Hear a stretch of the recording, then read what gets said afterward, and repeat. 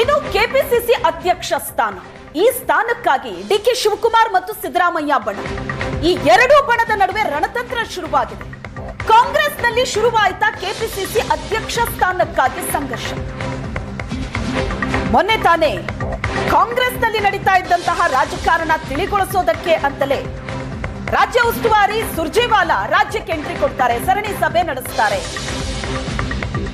CM ಬದಲಾವಣೆ ಆಗಿರಬಹುದು ಅಥವಾ ಕಾಂಗ್ರೆಸ್ ಪಕ್ಷಕ್ಕೆ ಸಂಬಂಧಪಟ್ಟಂತೆ ಯಾವುದೇ ವಿಚಾರದ ಬಗ್ಗೆ ಬಹಿರಂಗ ಹೇಳಿಕೆಯನ್ನ ಯಾರೂ ಕೂಡ ಕೊಡಬಾರದು ಅಂತ ಹೇಳ್ತಾರೆ.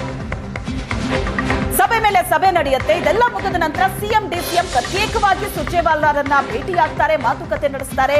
ಇವೆಲ್ಲ ಮುಗಿಯೋಷ್ಟೊತ್ತಿಗೆ ತಡರಾತ್ರಿಯಾಗಿ ರಾತ್ರಿ 11 ಗಂಟೆ ನಂತರ ಸತೀಶ್ ಜಾರಕಿಹೊಳಿ ಹೋಗಿ ಸುರ್ಜೇವಾಲಾರನ್ನ ಭೇಟಿಯಾಗ್ತಾರೆ. ಈ ಭೇಟಿ ಬಹಳ ದೊಡ್ಡ ಕುತೂಹಲಕ್ಕೆ ಕಾರಣ ಆಗಿತ್ತು. ಹಾಗಾದ್ರೆ ಏನು ಮಾತಾಡಿದ್ರು? ಕೆಪಿಸಿಸಿ ಅಧ್ಯಕ್ಷ ಹುದ್ದೆಗೆ ತಮ್ಮ ಬಯಕೆಯನ್ನ ವ್ಯಕ್ತಪಡಿಸಿದ್ದಾರೆ ಅನ್ನೋ ಸುದ್ದಿ ಬರ್ತಾ ಇದೆ. ಕೆಪಿಸಿಸಿ ಅಧ್ಯಕ್ಷ ಸ್ಥಾನದ ಮೇಲೆ ಸತೀಶ್ ಜಾರಕಿಹೊಳಿ ಕಣ್ಣಿಟ್ಟಿದ್ದಾರೆ. ಕೆಪಿಸಿಸಿ ಅಧ್ಯಕ್ಷ ಡಿಕೆ ಶಿವಕುಮಾರ್ ರನ್ನ ಬದಲಿಸಬೇಕು ಅಂತ ಸಿದ್ದು ಬಣ ಬಿಗಿಪಟ್ಟಿರುತ್ತೆ. ಒನ್ ಮ್ಯಾನ್ ಒನ್ ಪೋಸ್ಟ್ ಸೂತ್ರಕ್ಕೆ ಸಿದ್ದರಾಮಯ್ಯ ಬಣ ರಣತಂತ್ರ ಹೂಡಿದೆ. ಡಿಕೆ ಶಿವಕುಮಾರ್ ಬದಲಾದ್ರೆ ನನ್ನನ್ನ ಪರಿಗಣಿಸಿ ಅಂತ ಸತೀಶ್ ಜಾರಕಿಹೊಳಿ ಮನವಿ ಮಾಡಿದ್ದಾರೆ. ಸತೀಶ್ ಜಾರಕಿಹೊಳಿ ಅವರ ಎಂಟ್ರಿಯಿಂದ ಒಂದು ರೋಚಕ ತಿರುವನ್ನ ಪಡ್ಕೋತಾ ಇದೆ ಕೆಪಿಸಿಸಿ ಅಧ್ಯಕ್ಷ ಸ್ಥಾನದ ಬಗ್ಗೆ ಇದ್ದಂತಹ ಚರ್ಚೆ. ಒಂದು ವೇಳೆ ಡಿಕೆ ಶಿವಕುಮಾರ್ ಅನ್ನ ಬದಲಿಸಬೇಕಾದಂತ ಪರಿಸ್ಥಿತಿ ಬಂದ್ರೆ ಲಿಂಗಾಯತ ಸಮುದಾಯಕ್ಕೆ ಆ ಪಟ್ಟ ಹೋಗುತ್ತೆ ಅಂತಲೇ ಹೇಳಲಾಗ್ತಾ ಇದೆ. ಆದ್ರೆ ಈಗ ಸತೀಶ್ ಜಾರಕಿಹೊಳಿ ಅವರ ಎಂಟ್ರಿಯಿಂದ ದೊಡ್ಡ ಕುತೂಹಲಕ್ಕೆ ಕಾರಣ ಆಗಿದೆ ನಿಜ. ಅದರ ಜೊತೆಗೆ ಸಂಘರ್ಷ ಕೂಡ ಶುರುವಾಗುತ್ತಾ ಅಂತ ಅನ್ನಿಸ್ತಾ ಇದೆ. ಕೆಪಿಸಿಸಿ ಅಧ್ಯಕ್ಷಗಿರಿ ಬೇಡ ಅಂತ ಇಲ್ಲಿ ತನಕ ಸಚಿವ ಸತೀಶ್ ಜಾರಕಿಹೊಳಿ ಹೇಳ್ತಾ ಇದ್ರು. ಆದ್ರೆ ಮೊನ್ನೆ ಸುರ್ಜೇವಾಲಾರನ್ನ ಭೇಟಿಯಾಗಿ ಸತೀಶ್ ಜಾರಕಿಹೊಳಿ ಇದ್ರ ಬಗ್ಗೆನೇ ಮಾತಾಡಿದಾರಂತೆ. ಎಂಬಿ ಪಾಟೀಲ್ ಇಲ್ಲವೇ ಜಾರಕಿಹೊಳಿಗೆ ಪಟ್ಟ ಕಟ್ಟೋದಕ್ಕೆ ಸಿದ್ದರಾಮಯ್ಯನವರ ಪ್ಲಾನ್ ಇದೆ. ಡಿಕೆ ಸುರೇಶ್ ಅಥವಾ ಜಿಸಿ ಚಂದ್ರಶೇಖರ್ಗೆ ಪಟ್ಟ ಕಟ್ಟೋದಕ್ಕೆ ಡಿಕೆ ಶಿವಕುಮಾರ್ ಪ್ಲಾನ್ ಮಾಡುತ್ತಿದ್ದಾರೆ. ಸಚಿವ ಶರಣ ಪ್ರಕಾಶ್ ಪಾಟೀಲ್ಗೆ ಸ್ಥಾನ ನೀಡೋದಕ್ಕೆ ಖರ್ಗೆ ಲೆಕ್ಕಾಚಾರ ಹಾಕ್ತಾ ಇದ್ದಾರೆ. ಕೆಪಿಸಿಸಿಗೆ ಹೊಸ ಅಧ್ಯಕ್ಷರ ನೇಮಕಕ್ಕೆ ಮನವಿ ಮಾಡಿದ್ದೀನಿ ಅಂತ ಸುರ್ಜೇವಾಲಾ ಜೊತೆಗಿನ ಚರ್ಚೆಯ ಬಗ್ಗೆ ಸತೀಶ್ ಜಾರಕಿಹೊಳಿ ಸ್ಪಷ್ಟನೆ ಕೊಟ್ಟಿದ್ದಾರೆ. ಇಷ್ಟು ದಿನ ಕೆಪಿಸಿಸಿ ಅಧ್ಯಕ್ಷಗಿರಿ ಬೇಡ ಅಂತಲೇ ಹೇಳ್ತಾ ಇದ್ರು ಜಾರಕಿಹೊಳಿ. ಈಗ ನೋಡಿದ್ರೆ ಕೆಪಿಸಿಸಿ ಅಧ್ಯಕ್ಷ ಸ್ಥಾನಕ್ಕೆ ತಾನೂ ಕೂಡ ಆಕಾಂಕ್ಷಿ, ಪ್ರಬಲ ಆಕಾಂಕ್ಷಿ, ನನ್ನನ್ನ ಪರಿಗಣಿಸಿ ಅಂತ ಜಾರಕಿಹೊಳಿ ಮನವಿ ಮಾಡಿದ್ದಾರೆ. ಇದು ಈಗ ಬಹಳ ದೊಡ್ಡ ಚರ್ಚೆಗೆ ಕಾರಣವಾಗ್ತಾ ಇದೆ.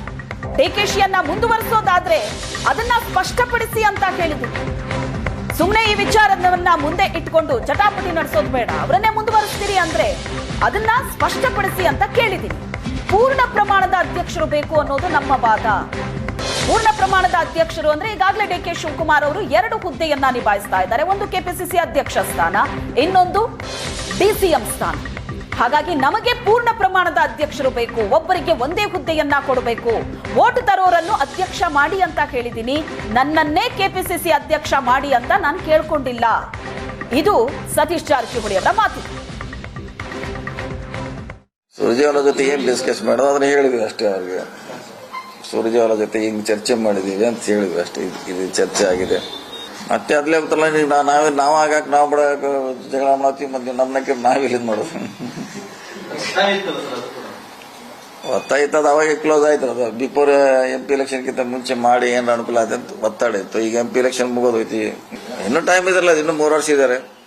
ಎಕ್ಸಾಕ್ಟ್ಲಿ ಜೂನ್ನಿಂದ ಇನ್ನೂ ಟೈಮ್ ಇದಾರೆ. ಜೂನ್ನಿಂದ 30 ತಿಂಗಳ 3 ವರ್ಷ ಇನ್ನೂ ಟೈಮ್ ಇದೆ. ಮಾಡೋಣ, ಇನ್ನು ಸಾಕಷ್ಟು ಟೈಮ್ ಇದೆ. ಪಕ್ಷ ಸಂಘಟನೆ ಮಾಡ್ಲಿಕ್ಕೆ ಮಾಡೋಣ. ಸುರ್ಜೇವಾಲಾ ಜೊತೆ ಏನ್